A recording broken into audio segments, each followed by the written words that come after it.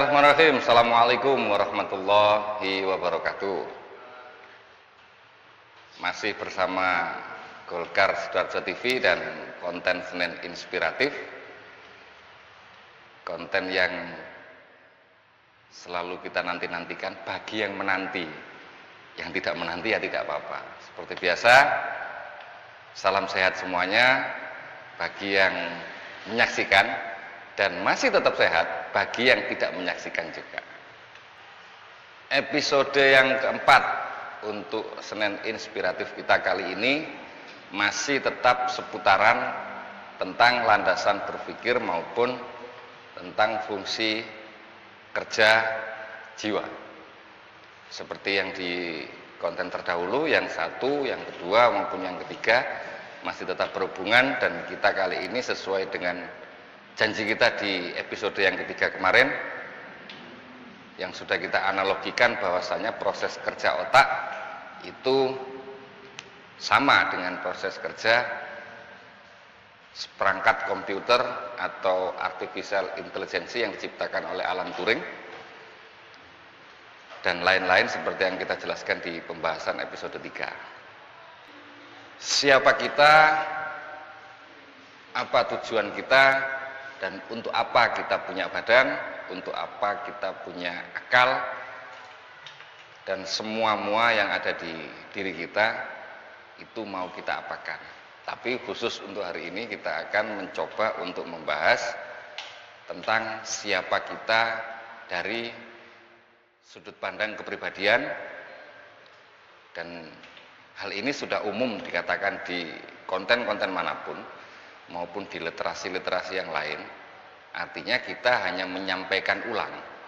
Repetisi membuat kita atau membuat penonton bisa mengingat kembali, bisa membayangkan kembali bahwasannya memang kita diciptakan atau kita dibuat itu untuk apa, dan biar penonton juga bisa memahami, ya kurang lebih memahami tentang landasan dan pola berpikir maupun tentang kepribadian-kepribadian yang ada. Maka disitulah kita mencoba untuk mengupas sedikit tentang kepribadian. Kepribadian seperti yang dikatakan oleh Plato ya di literasi-literasi umum itu ada yang bersifat individual dan yang dikatakan oleh Jung itu lebih kepada kolektivitas kepribadian atau kepribadian secara kolektif. Kepribadian versi Plato itu istilah kerennya itu kan ada di kumpulan kata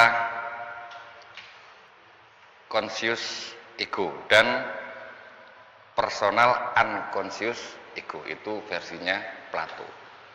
Jadi kurang lebih tentang pembahasannya seperti yang sudah kita jelaskan pada episode yang pertama, yakni kesadaran dan ketidaksadaran. Jadi lebih kepada, kalau Plato itu lebih kepada kesadaran yang memang benar-benar sadar atau yang dikatakan ego. Jadi itu sifatnya lebih kepada individual. Dilengkapi lagi oleh Jung bahwasanya kolektivitas kolektif unconscious itu unconsciousness ya, itu lebih kepada menitik beratkan kepada wilayah ketidaksadaran. Lagi-lagi tentang kepribadian. Biar tema kita enggak kesana kemari, jadi kepribadian itu salah satunya juga dibentuk oleh wilayah kesadaran dan wilayah ketidaksadaran. Plato sudah menjelaskan di dalam teorinya tentang consciousness ego atau lebih kepada sifatnya individual, dan sudah kita jelaskan kepada di episode yang satu maupun episode yang kedua. Ya memang sengaja untuk kita senggol-senggol terus biar nyambung dan biar bisa menganalogikan dan bisa merefresh kembali ya apa yang sudah kita lihat di episode-episode yang sebelumnya. Untuk collective unconsciousness seperti yang dikatakan oleh Carl Jung, itu ada beberapa tipe dan itu juga ada di diri kita, itu juga ada di jiwa kita. Salah satunya unconsciousness ya. Unconsciousness itu salah satunya itu ada archetype, terus kemudian ada anima ataupun animus, terus kemudian ada shadow, kepribadian kita secara shadow ya. Terus ada di pengembangan yaitu self, itu yang ada di wilayah ketidaksadaran kita seperti yang dikatakan oleh Jung. Jadi yang dikatakan oleh Plato itu ke ego secara sadar kita, alam sadar kita, itu dilengkapi lagi oleh si Jung ke collective unconsciousness seperti yang sudah kita bahas di episode yang sebelumnya. Di mental ya, isinya mental itu apa saja kita ulangi secara singkat. Ada sensing, ada thinking, ada feeling maupun ada intuiting. Jadi itu sudah kita jelaskan di episode yang sebelumnya. Jadi bisa di refresh lagi, bisa dilihat kembali untuk tayangannya biar kita tidak mengulang-ulang lagi. Balik lagi untuk tema kita di siapa kita, itu kita bisa mengarah kepada bentuk kepribadian atau lebih kepada sikap jiwa, karena landasan berpikir sudah kita berikan di episode yang sebelumnya. Jadi kalau kita lebih mengenal atau sering kita katakan, sering kita sebut ya, kepribadian itu ada dua, yaitu introvert dan ekstrovert. Jadi kalau introvert tipikalnya ya tidak banyak bicara, katakanlah ditanyai sama temannya, dari mana? Nah, dia jawab dari tadi. Nah, jawaban-jawaban itu sifatnya saklek memang, tetapi itu menunjukkan bahasanya introvert itu tidak suka banyak bicara dan lebih cenderung kepada suka pendiam, tidak suka keramaian. Jadi kalau ada rame-rame gitu, dianya mojok sendiri di belakang gitu kan. Terus kemudian ada yang lihat teman, sekumpulan temannya itu tertawa-tertawa, dia punya pikiran, ah gitu aja kok tertawa, emang apa yang mau ditertawain. Itu salah satu kepribadian atau ciri yang dimiliki orang atau jiwa yang introvert. Tetapi dia memiliki satu sudut pandang yang tajam, dia memiliki sudut pandang yang lebih luas, tidak suka berbicara sebelum dia berpikir. Nah, itu dia lebih memikirkan terlebih dahulu apa yang dia akan katakan. Berbeda dengan ekstrovert, kepribadian ekstrovert itu suka akan keramaian. Jadi kalau sepi, dianya merasa kesepian banget, dianya merasa kayak dunia ini kok kosong ya. Nah, dia lebih suka pada sosial yang tinggi, tapi juga dia tidak suka banyak berpikir, asal ceplos, asal ngomong. Dan biasanya saya nggak mengatakan ini bukan klaim saya ya, ini bukan klaim kita orang, malas untuk berpikir.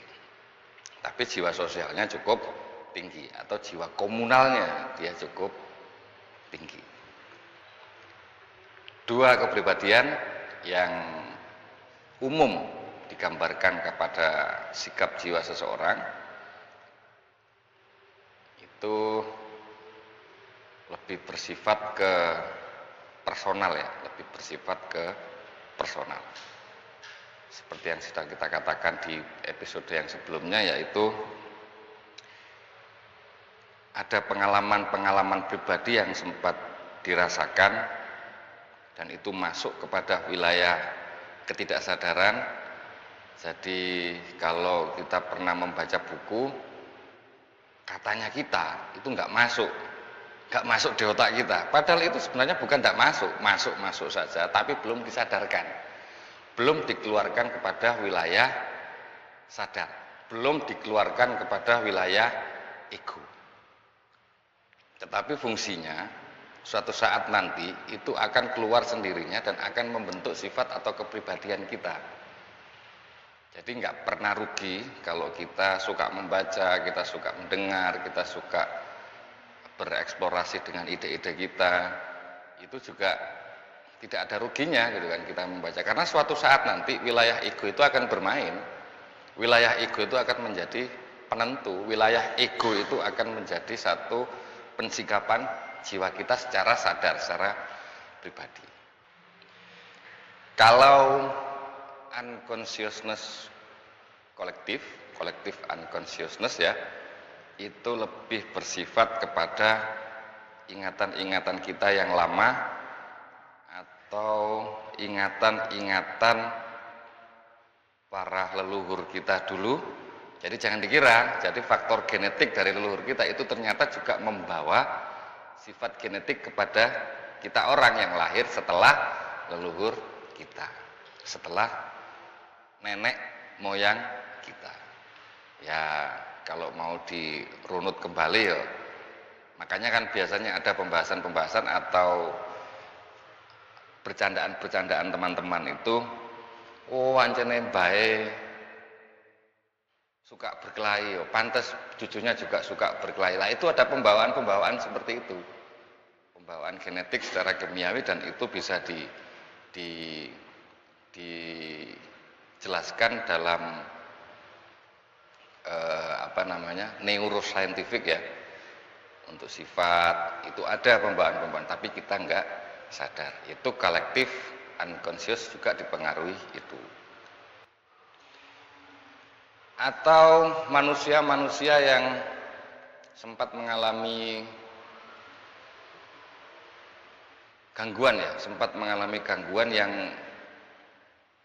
dulunya waktu kecilnya sering kali melihat orang tua kita itu bertengkar, maka itu akan membawa sifat kepribadian kita itu akan muncul pada alam sadar kita atau ego kita, karena hal itu pernah dilihat di masa yang lampau, hal itu pernah dilihat atau dirasakan pada masa yang lalu. Itu akan membawa, mungkin teman-teman bolo-bolo sekalian pernah dengar ya, oh anak ini trauma karena memang dulunya bapaknya sering mukulin. Nah, tapi tidak semua bapak ya melakukan hal yang seperti itu. Itu ternyata juga membentuk kepribadian si anak itu tadi, membentuk kepribadian kita ketika kita punya masa lampau yang baik, ketika kita punya masa lampau yang buruk, dan itu akan membawa kepribadian kita. Itu akan kita miliki secara ketidaksadaran kita nanti ketika kita menerjemahkan ke wilayah kesadaran kita atau wilayah ego kita.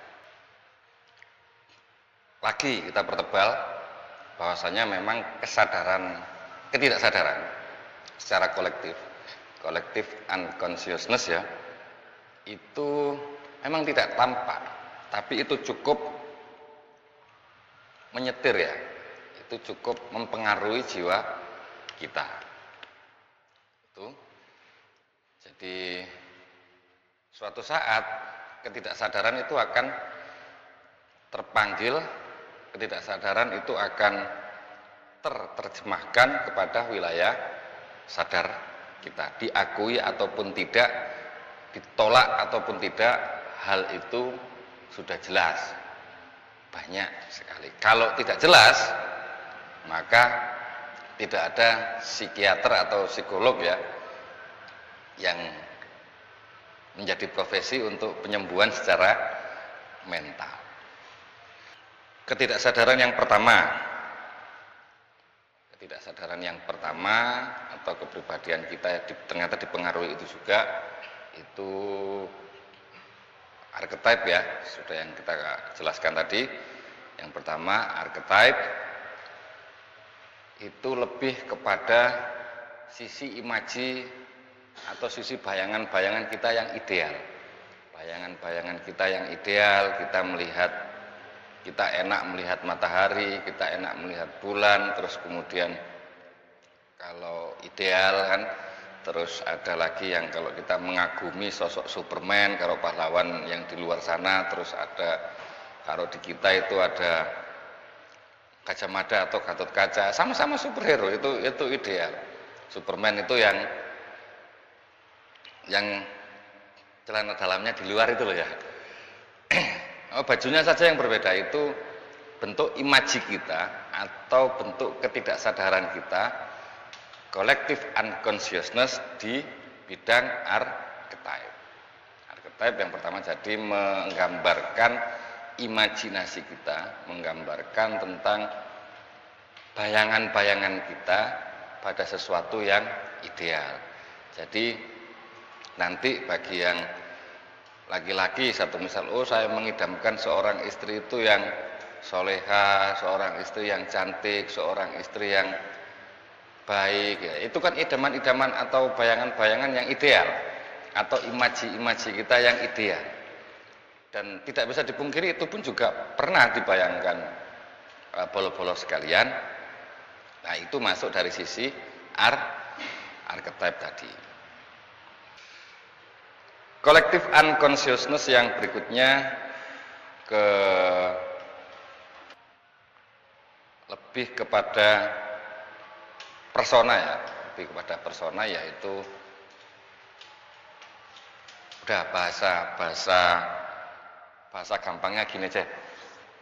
Persona itu lebih kepada topeng yang kita miliki, topeng yang kita punya, topeng yang kita pakai.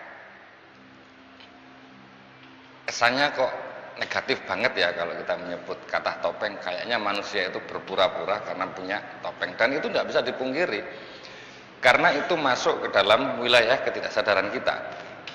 Masuk dalam wilayah ketidaksadaran kita, masuk dalam unconsciousness kolektif di sisi persona tadi.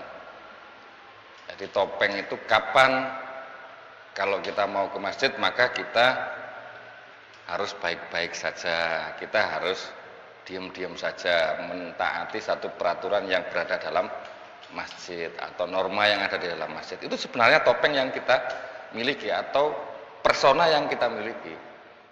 Kan nggak mungkin terus kemudian kalian katakanlah seorang dai yang selalu berkhutbah di masjid ataupun di majelis-majelis yang lain, kalau dia nongkrong di warung kopi, apakah dia akan khutbah di warung kopi itu? Kan lucu.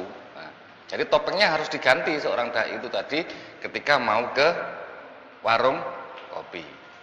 Jadi topeng itu bisa menempatkan pada posisi-posisi yang seharusnya dia pakai, yang seharusnya dia gunakan, dan letaknya pun juga harus pas. Jadi itu kita punya sebenarnya, dan kita sering memakai itu. Jadi kalau dikatakan topeng, kamu berpura-pura seperti ini tuh nggak bagus, enggak. Topeng itu harus ada, topeng itu dan selalu ada di kita. Pernah dirasakan bolo-bolo sekalian atau tidak? Ya silahkan dijawab sendiri. Jadi di unconsciousness kolektif yang di persona itu lebih kepada penempatan status sosial kita di kehidupan masyarakat lah. Ini yang kita namakan kolektif. Ya, kolektif unconsciousness ini adalah ketidaksadaran secara kolektif, dan itu selalu berganti-ganti. Itu tadi tentang kolektif unconsciousness ya. Di persona jadi bahaya kalau kita masih sering menggunakan satu topeng saja. Dan Makin berbahaya lagi kalau topeng kita itu banyak sekali sehingga mencirikan kita itu sebagai manusia yang pelin-pelan.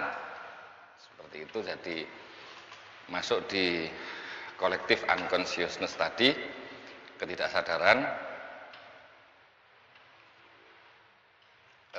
di sisi persona ya, di sisi personanya. Yang berikutnya itu unconsciousness kolektif di anima atau animus ya. Anima itu sisi feminis yang dimiliki oleh seorang pria, dan animus adalah sisi maskulin, sisi maskulin yang dimiliki oleh seorang perempuan. Jadi diakui ataupun tidak, perempuan pun juga punya sisi maskulinnya, dan pria atau laki-laki pun juga memiliki femininnya juga ada, feminisnya juga ada. Jadi kalau yang dikatakan orang-orang Jawa dulu itu kan, kalau perempuan, perempuan itu cukup di kasur, cukup di dapur, cukup di apa lagi? Sumur, nah kayak gitu. Itu juga dimiliki sama seorang pria, itu dimiliki. Kadang-kadang ada pria yang juga nyapu juga iya, terus kemudian membantu untuk bersih-bersih rumah padahal itu secara kodrat, kalau orang Jawa dulu bilang kodratnya seperti itu perempuan, padahal kan juga nggak seperti itu. Ada sisi maskulinnya dan juga ada sisi femininnya. Cuman yang dominan, kalau yang perempuan ya femininnya dominan, yang laki-laki itu maskulinnya dominan. Tapi bukan berarti tidak memiliki feminis, tidak memiliki maskulin pada setiap jenis kelamin itu tadi. Pasti salah satu itu memiliki. Lah tergantung yang paling banyak yang mana. Bahaya kalau kemudian yang maskulin atau yang anima tadi itu pria maskulinnya terlalu sedikit daripada femininnya. Seperti yang terjadi pada saat ini. ada banyak jenis yang suka abal-abal ya, suka abu-abu gitu kan ya, silakan diterjemahkan sendiri. Sama juga dengan perempuan yang maskulinnya banyak, itu juga ada. Toh buktinya kan juga ada pasangan-pasangan yang gay, ada pasangan-pasangan yang apa itu, yang suka sama perempuan itu, perempuan suka sama perempuan itu, lesbi. Nah, gitu-gitu kan ada juga perilaku-perilaku yang seperti itu. Makanya itu masuk ke dalam wilayah ketidaksadaran di sisi anima ataupun di sisi animus. Unconsciousness kolektif yang berikutnya di shadow ya, shadow. Shadow itu lihat katanya aja itu bayangan. Jadi shadow itu menunjukkan ketidaksadaran kita, itu ada sikap-sikap primitif, sikap-sikap jahat, sikap-sikap arogan, sikap-sikap bengis, itu dimiliki sama setiap pribadi masing-masing. Jadi kalau kita sering mempunyai anggapan bahwasanya padahal saya itu sabar ya sebenarnya ya, tapi kok nggak nyangka kalau marah itu gak karu-karuan, sifat jahatnya keluar lah, itu kamu saja yang merasa memang, atau kalian saja yang memang merasa kalian sabar, padahal juga ada kolektif unconsciousness tadi yang di shadow. Kamu punya sifat jahat itu, kamu punya sifat bengis itu, kamu punya sifat yang tidak baik itu. Nah, itu dimiliki setiap manusia, dipungkiri ataupun tidak ada manusia yang perfect dan tidak ada manusia yang jelek. Jadi ada yang mengatakan lihat ibu-ibu pengajian suka lihat perempuan-perempuan yang sering keluar malam, terus kemudian gibah, ngerasani ya, ngomong sana sini, belum tentu dianya juga baik. Padahal yang digibahkan sendiri itu adalah sikap bengisnya dia, sikap sedonya dia. Padahal nggak boleh membicarakan hal-hal yang jelek berkenaan dengan manusia lain. Nah, itu sisi bengisnya itu ada.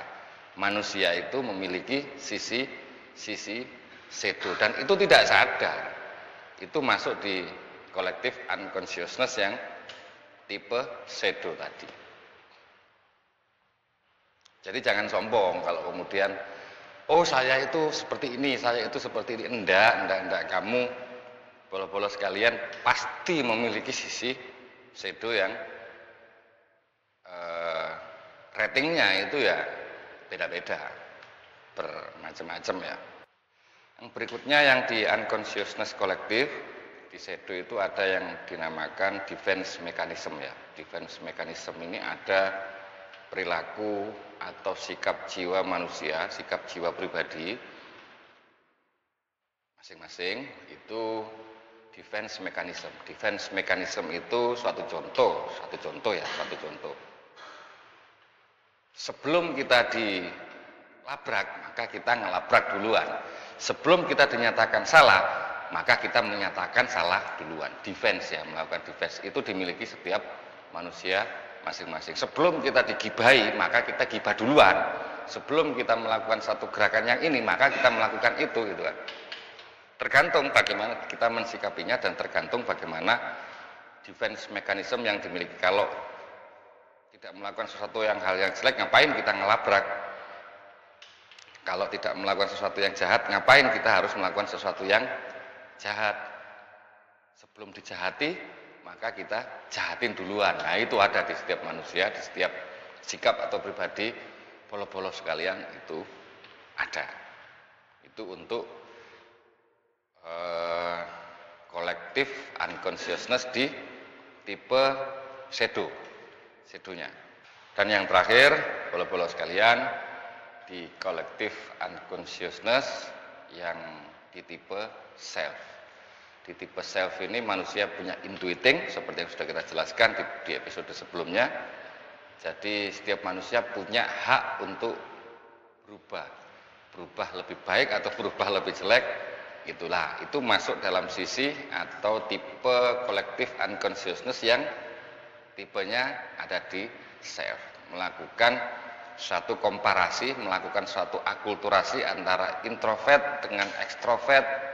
Terus kemudian topeng yang ini dipakai di sini tipis-tipis saja lah, itu ada di tipe self itu, ada di kesadaran, ada di ketidaksadaran kita yang tipe self itu tadi. Tipe yang terakhir seperti yang dikatakan oleh Jung ya.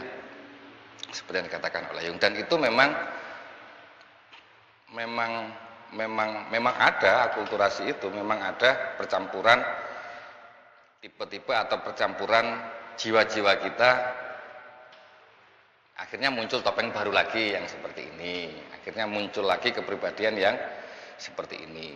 Nah, manusia punya jiwa atau punya kesadaran kolektif itu, unconsciousness kolektif di sisi self. Siapa kita? Merujuk kepada kepribadian seperti yang sudah kita jelaskan tadi ya. Seperti yang sudah kita jelaskan tadi, kepribadian itu yang umum kita gambarkan, yang secara umum yang ada atau yang terjadi di setiap manusia masing-masing, dan di dalamnya juga ada kolektif unconsciousness yang masing-masing sifat jahat, sifat lemah lembut, sifat kasar, sifat kelaki-lakian, terus kemudian topeng ini harus dipakai di sini, topeng ini harus dipakai di situ, itu ada. Terus kemudian ada yang di collective unconsciousness self, itu ada juga melakukan perubahan-perubahan. Nah, itu yang menunjukkan sikap kita akan menjadi semakin baik atau semakin buruk, sikap jiwa kita yang semakin baik atau semakin buruk. Dan tetap diingat bahwasanya memang kisah masa lampau ataupun warisan leluhur kita itu persentasenya berapa kita tidak bisa menentukan, tetapi itu ada dan menempel pada kita secara genetik ya. itu ada, dan itu juga mempengaruhi sikap jiwa kita, itu juga mempengaruhi kepribadian kita. Makanya sampai ada yang bilang cari jodoh lihat watak, watuk, dan watek. Terus kemudian kalau di lain peribahasa itu lihat nasabnya, lihat keturunannya, itu ada. Dan itu bukan bertujuan jelek sebenarnya, itu bertujuan baik. Tetapi kita pun juga ada sisi self atau unconsciousness kolektif, sisi self. Kita mau membongkar ini, kita mau merubah sejarah bahasanya nasabnya jelek, mau kita bikin bagus, ya boleh-boleh saja. Makanya manusia punya kesadaran atau ketidaksadaran, unconsciousness kolektif itu di tipe self tadi. Sebenarnya saya ini cinta banget sama orang itu. Nah, itu katanya anak yang katakan mau kawin. Jangan teruskan hubungan itu, kata ibunya kan. Kata ibunya. Terus kemudian si anak jawab lagi, tenang saja Bu, saya pasti akan bisa merubah kondisinya dia. Tapi semampu apa kalian bisa merubah itu? Itu yang bermain itu adalah kolektif unconsciousness di tipe self tadi. Itu contoh kecil, contoh yang lain juga ada. Oh, saya jadi males seperti ini, jadi itu ada, dan itu bisa dirubah dan melalui proses kolektif unconsciousness yang di tipe self tadi. Dan siapa kita? Silakan ditentukan sendiri untuk bolo-bolo sekalian, apakah bolo-bolo sekalian termasuk introvert atau bolo-bolo sekalian termasuk di ekstrovert. Silakan dijawab dengan hati nuraninya masing-masing, dan tidak perlu dijelaskan kepada orang lain. Saya introvert, saya ekstrovert, nggak perlu juga kali. Perlunya apa kan gitu. Itu yang kita bisa paparkan untuk hari ini. Di Senin yang akan datang, bertujuan apa kita, dan akal kita digunakan untuk apa, badan kita digunakan untuk apa, itu di Senin yang akan datang. Landasan berpikir sudah kita bahas, terus kemudian sifat atau kepribadian sudah kita bahas. Rujukannya pada literatur-literatur yang sudah banyak beredar di media sosial ataupun di literatur-literatur yang lain. Kita hanya sifatnya mengulang saja, kita sifatnya hanya menyampaikan kembali saja, kan nggak ada salahnya juga toh. Jadi kalau ada sesuatu hal yang perlu untuk dibenahi, kritik dan saran silahkan ditulis di kolom komentar. Senin inspiratif kita kali ini, dan jangan lupa salam 4 sehat 5 waktu. Sekian, assalamualaikum warahmatullahi wabarakatuh.